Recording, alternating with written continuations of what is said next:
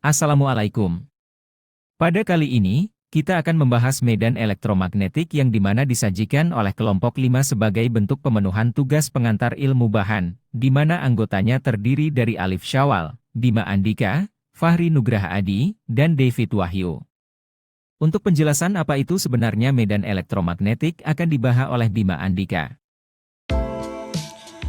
Pengertian dari medan elektromagnetik. Medan elektromagnetik adalah sebuah medan yang terdiri dari dua medan vektor yang berhubungan, yaitu medan listrik dan medan magnet.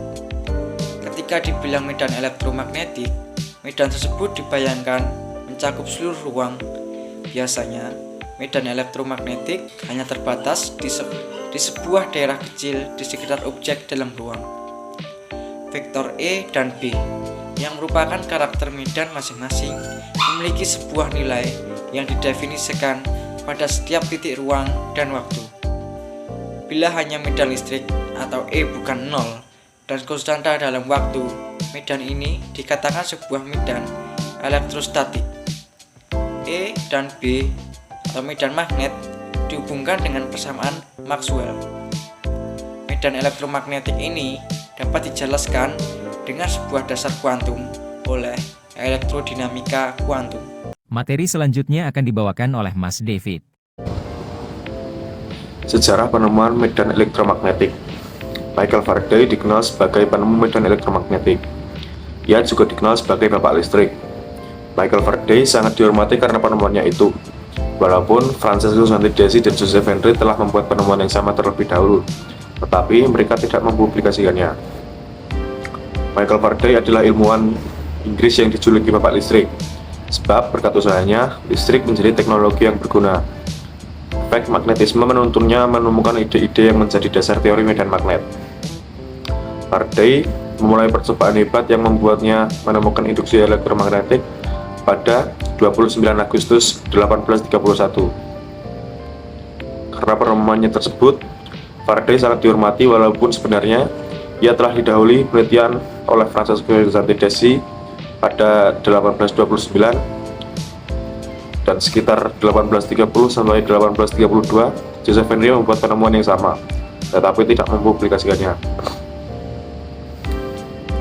Pada tahun 1821, Michael Faraday membuktikan bahwa perubahan medan magnet dapat menimbulkan arus listrik induksi dengan eksperimen, yaitu dengan sebuah magnet yang digerakkan masuk dan keluar pada kumparan sehingga dapat menimbulkan arus listrik induksi pada kumparan itu. Selanjutnya, pada tahun 1829 dan pada tahun 1830, Santidesi menerbitkan makalah tentang produksi arus listrik dalam rangkaian tertutup dengan pendekatan dan penarikan magnet, sehingga mengantisipasi eksperimen klasik Michael Faraday pada tahun 1831. Saat melakukan penelitian tentang spektrum matahari, Santidesi termasuk orang pertama yang mengenali penyerapan cahaya merah, kuning, hijau yang ditandai oleh atmosfer. Dia juga mengira bahwa dia telah mendeteksi pada tahun 1838 aksi magnetik jarum baja oleh sinar ultraviolet. Meski efek ini tidak dikonfirmasi, hubungan antara cahaya dan magnet telah dicurigai bertahun-tahun sebelum pengumuman teori elektromagnetik cahaya pada tahun 1867 oleh James Clerk Maxwell.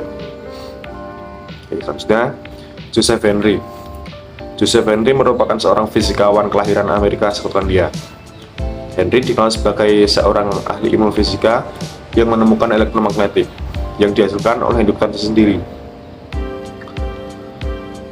Selain itu, ia berhasil menemukan induktansi mutual berdasarkan penemuan Faraday. Henry adalah orang yang pertama kali menciptakan mesin yang menggunakan elektromagnetik sebagai penggeraknya. Henry mengembangkan elektromagnet menjadi perangkat praktis. Ia menemukan pelopor bel listrik, khususnya bel yang dapat dibunyikan dari jarak jauh melalui kabel listrik pada tahun 1831 dan relay listrik pada tahun 1835. Agar lebih memahami materi ini, mari kita telah faktor yang memengaruhi medan elektromagnetik. Nah, teman-teman tahu nggak apa saja faktor yang memengaruhi medan elektromagnetik itu sendiri? Nah, faktor-faktor yang memengaruhi medan elektromagnetik itu sendiri ada panjang inti besi, lalu banyaknya lilitan, dan juga besarnya kuat arus yang dilewatkan pada lilitan tersebut. Nah, teman-teman tahu nggak? Faktor-faktor inilah yang menyebabkan adanya atau terciptanya sebuah rumus yang dimana untuk mencari kuat medan magnet itu B sama dengan μ0 dikali I dikali N dibagi 2 dikali R, dan dimana μ0 itu sendiri adalah permeabilitas ruang hampa, I itu adalah kuat arus, N itu banyaknya lilitan, dan mereka dibagi dengan 2 dikali R, yang dimana R itu adalah jari-jari lingkaran pada kumparan. Nah teman-teman, sampai sini paham kan? Nah, aku punya satu fun fact tentang medan magnet atau medan elektromagnetik, yang dimana mereka punya beberapa keajaiban, dan salah satunya itu adalah levitation, yang dimana hal ini dapat menyebabkan suatu benda itu dapat melayang. Nah, hal ini juga udah diterapkan pada sistem kereta api tercepat yang terdapat di Jepang. Nah, aku akan menyuguhkan satu video tentang levitation. Semoga teman-teman suka videonya. 10 working days, which is a huge investment of time. But the investment paid off. When Faraday connected a battery to one of the coils, he saw a brief pulse of current in the other coil. And when he disconnected the battery, he saw a pulse of current in the other direction. He realized that current was induced in the second coil only when the magnetic field through it was changing. And if they hadn't been wrapped on the same ring, Faraday may have noticed that the two coils repel each other when the current is induced, and that's due to the interaction of their magnetic fields. Which brings us back to this. Through the bottom coil, we are passing a huge electric current, 800 amps, which alternates in direction 900 times per second. This ensures there will always be a changing magnetic field above the coil. Instead of a second coil, we're using the aluminium plate, but the principle is the same. The changing magnetic field induces currents in the plate that create an opposing magnetic field, so it levitates. How awesome is that? This current is not only good for levitating the plate, it can also make light bulbs glow. A gift. Oh, thank you. Oh, that is cool. Not too close because it will burn the arms. Can I put it there? Yeah. And just as current in a toaster element heats it up, the induced current in the plate dissipates its energy as heat. Some water too. Thank you. Yeah, to see the temperature. Check out how hot this plate is. Ada yang tahu manfaat adanya penemuan medan elektromagnetik pada kehidupan manusia? Manfaat medan elektromagnetik dalam kehidupan sehari-hari. Medan elektromagnetik memiliki banyak manfaat dalam kehidupan sehari-hari dan aktivitas manusia. Di antaranya, yang pertama, komunikasi. Nirkabel medan elektromagnetik digunakan dalam teknologi komunikasi nirkabel seperti ponsel, wifi, bluetooth, dan radio. Ini memungkinkan kita untuk berkomunikasi dengan orang lain tanpa perlu menggunakan kabel wireless. Nomor kedua, elektronika.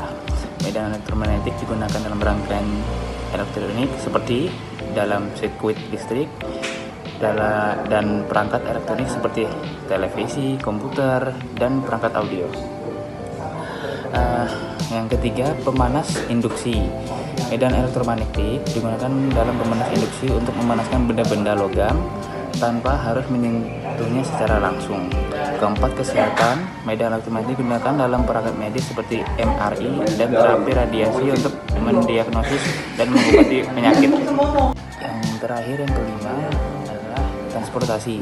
Medan elektromagnetik digunakan dalam transportasi seperti dalam sistem rem magnetik pada kereta api dan mobil listrik. Sekian, terima kasih. Sekian presentasi dari kami, sampai jumpa lagi.